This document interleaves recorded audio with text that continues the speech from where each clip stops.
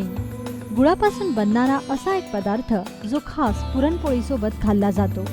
महाराष्ट्रातील विविध प्रांतात पुरणपोळीचा आस्वाद निरनिराळ्या पदार्थांसोबत घेतला जातो। काही ठिकाणी पुरणपोळी कटाच्या आमटीसोबत खाल्ली जाते, तर काही ठिकाणी दुधातुपासोबत पुरणपोळीचा आस्वाद घेतला जातो। गुळवणी ही असाच एक पदार्थ आहे ज्यासोबत पुरणपोळी अतिशय चवदार लागते व आवडीने खाल्लीही जाते।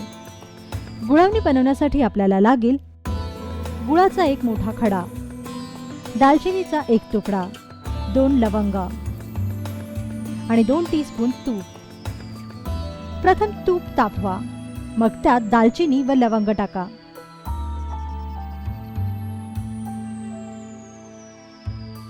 लवंग तुपावर फुटली की मग यात 1 कप पाणी घाला। आता या पाण्यात गूळ घाला।